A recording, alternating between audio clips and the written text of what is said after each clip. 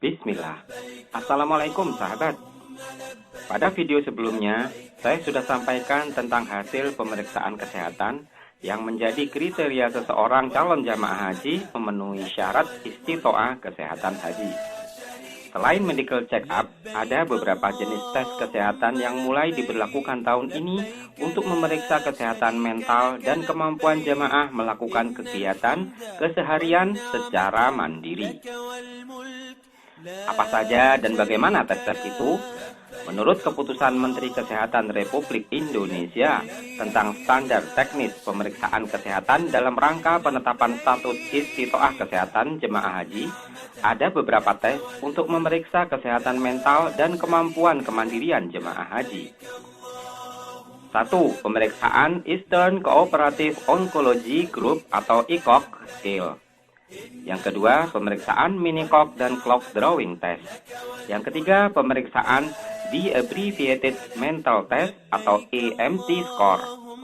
Yang keempat, pemeriksaan Activity Daily Living atau ADL dengan indeks Bartel. Saya akan bahas satu per satu.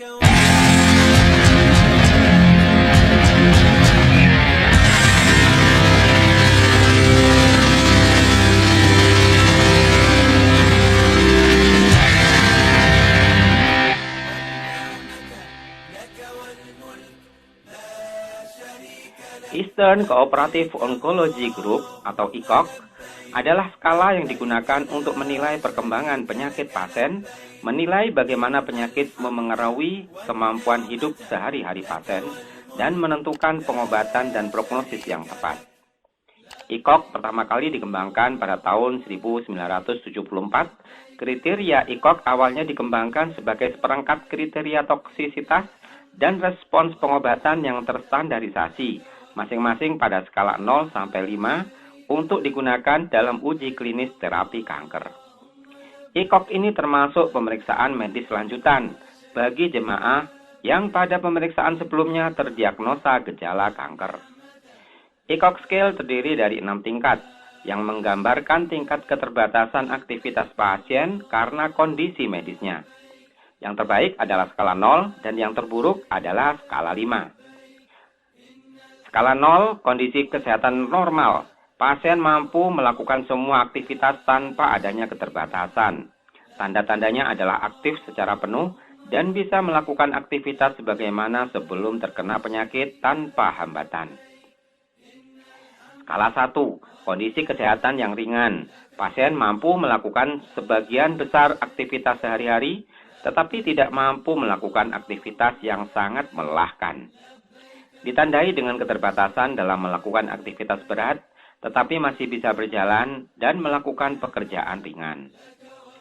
Skala 2, keterbatasan dalam melakukan aktivitas. Pasien mampu melakukan perawatan diri, tetapi tidak mampu melakukan aktivitas fisik secara berat. Bisa berjalan dan mampu untuk merawat diri, tetapi tidak mampu melakukan pekerjaan, dan kurang dari 50% waktu harus berbaring. Skala 3, kondisi kesehatan yang signifikan. Pasien terbatas untuk melakukan aktivitas sehari-hari biasa dan memerlukan bantuan. Hanya mampu merawat diri sendiri secara terbatas. Lebih dari 50% waktu harus berbaring atau duduk. Skala 4, kondisi kesehatan yang serius. Pasien tidak mampu melakukan aktivitas sendiri dan memerlukan perawatan yang intensif. Harus berbaring terus-menerus. Skala 5 adalah kondisi kesehatan yang fatal atau pasien meninggal. Jemaah harus mendapatkan hasil nilai skala ECOG lebih kecil sama dengan 2, yang berarti kondisi terburuknya adalah bisa berjalan dan mampu untuk merawat diri, tetapi tidak mampu melakukan pekerjaan, dan kurang dari 50% waktu harus berbaring. Jemaah yang mendapatkan hasil nilai skala lebih dari 2 dinyatakan tidak lulus istitoah. Pemeriksaan mini-COG dan clock drawing test adalah tes screening yang cepat dan sederhana untuk membantu mendeteksi demensia pada tahap awal. Awal tes dimulai, petugas pemeriksa akan menyebut 3 kata dan meminta jemaah untuk menirukan serta mengulang-ulang sebanyak 3 kali. Pada tes pertama ini tidak ada nilai. Tes yang kedua, jemaah diminta menggambar jam yang dilengkapi semua angka-angka jam, dan jarum jamnya menunjukkan pukul 11 lebih 10 menit. Pada tes kedua ini ada 4 poin. Bila jemaah bisa menggambar lingkaran, akan mendapat nilai 1. Bila gambarnya jauh dari bentuk lingkaran, jemaah tidak mendapat nilai atau 0. Bila jemaah bisa menulis angka 1 sampai 12 di dalam lingkaran, akan mendapat nilai 1. Bila angkanya kurang atau ada yang berada di luar lingkaran, tidak mendapat nilai. Bila angka yang ditulis jemaah berurutan pada posisi yang tepat sebagai jam dalam lingkaran, akan mendapat nilai 1. Bila letak angka dalam lingkaran jam tidak sesuai, tidak mendapatkan nilai. Bila jemaah mampu menggambar jarum jam yang menunjukkan pukul 11 lebih 10 menit, akan mendapatkan nilai 1. Bila salah, tidak mendapatkan nilai. Selanjutnya, untuk tes yang ketiga, setelah menggambar jam, jemaah diminta menyebutkan kembali 3 kata yang di awal tes tadi sudah dia sebutkan. Tidak harus berurutan. Jemaah akan mendapatkan nilai 1 untuk masing-masing kata yang benar. Dari tes mini-cog dan clock drawing ini bisa diketahui apakah fungsi kognitif jemaah normal atau mengalami penurunan. Jemaah dinyatakan mempunyai fungsi kognitif normal bila mendapatkan nilai 4 untuk clock drawing karena mampu menggambar jam dengan sempurna, dan mendapatkan nilai 3 karena mampu mengingat 3 kata.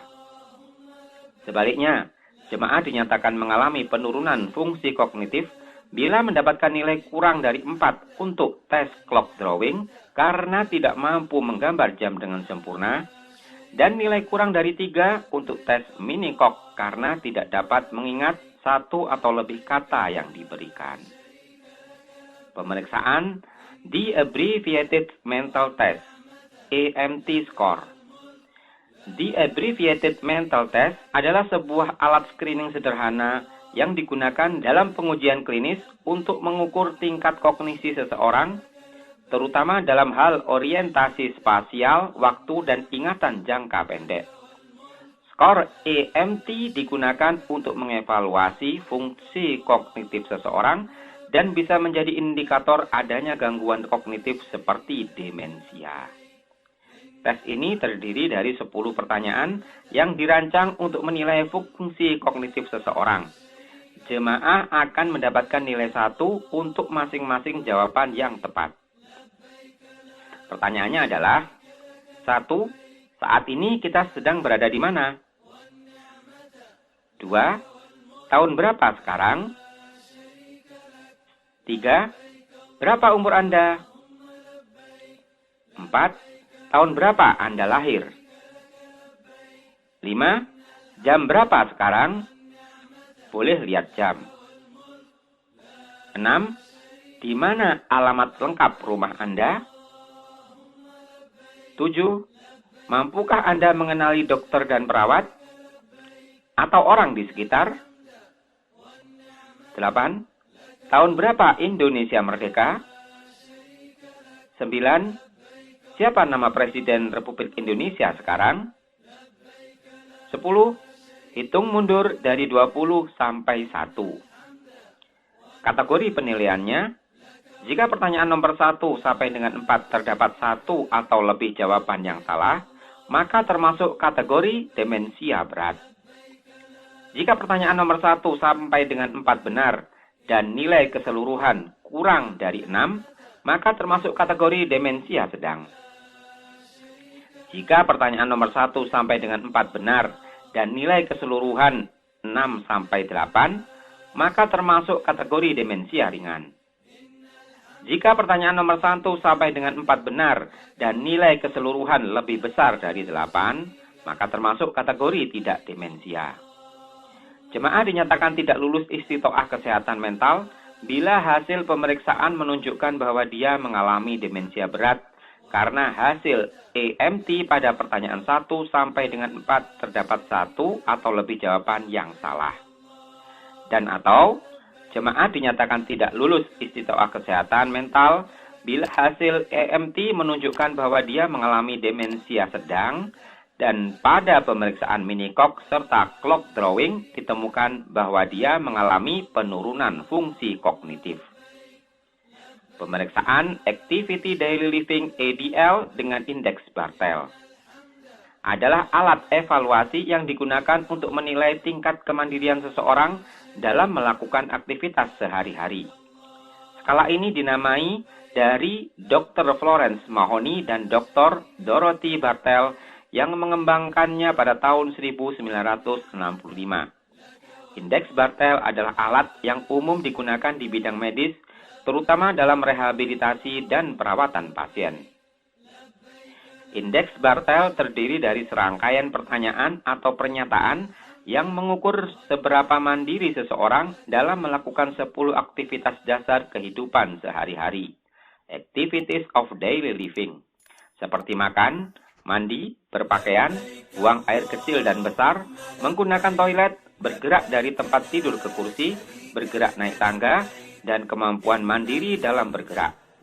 Setiap aktivitas dinilai dengan skor yang menunjukkan tingkat kemandirian seseorang dalam melakukan aktivitas tersebut. Jemaah mendapatkan pertanyaan tentang kegiatan-kegiatan sehari-hari dalam hal makan, mandi, personal hygiene, seperti cuci muka, menyisir rambut, gosok gigi, cukur kumis, berpakaian, buang air besar atau BAB, buang air kecil atau BAK, toileting ke kamar kecil, berpindah dari tempat tidur ke kursi, mobilisasi atau berjalan di permukaan datar, dan naik dan turun tangga. Kategori penilaiannya adalah jemaah yang tidak mampu makan secara mandiri atau membutuhkan bantuan sepenuhnya untuk makan mendapatkan nilai 0. Jemaah yang membutuhkan beberapa bantuan tertentu untuk makan, seperti makanan dipotong-potong dulu, mendapatkan nilai 5. Jemaah yang mampu makan tanpa bantuan orang lain mendapatkan nilai 10. Jemaah yang tidak mampu mandi secara mandiri mendapatkan nilai 0. Jemaah yang mampu mandi secara mandiri mendapatkan nilai 5. Jemaah yang tidak mampu secara mandiri melakukan kegiatan personal hygiene seperti cuci muka, menyisir rambut, gosok gigi, dan cukur kumis mendapat nilai 0. Jemaah yang mampu melakukan kegiatan personal hygiene mendapatkan nilai 5. Jemaah yang harus dibantu sepenuhnya dalam berpakaian mendapatkan nilai 0. Jemaah yang memerlukan bantuan untuk melakukan sebagian kegiatan berpakaian mendapatkan nilai 5. Jemaah yang tidak membutuhkan bantuan orang lain dalam melakukan kegiatan berpakaian mendapatkan nilai 10. Jemaah yang tidak bisa mengontrol buang air besar mendapat nilai 0. Jemaah yang sesekali tidak bisa mengontrol buang air besar atau paling sering sekali dalam seminggu mendapat nilai 5. Jemaah yang mampu mengontrol buang air besar mendapat nilai 10. Jemaah yang tidak dapat mengontrol buang air kecil sehingga harus menggunakan kateter mendapatkan nilai 0. Jemaah yang sesekali tidak bisa mengontrol buang air kecil maksimal sekali seminggu mendapat nilai 5. Jemaah yang mampu mengontrol buang air kecil mendapatkan nilai 10. Jemaah yang sepenuhnya harus dibantu untuk menuju kamar kecil atau kamar mandi mendapat nilai 0.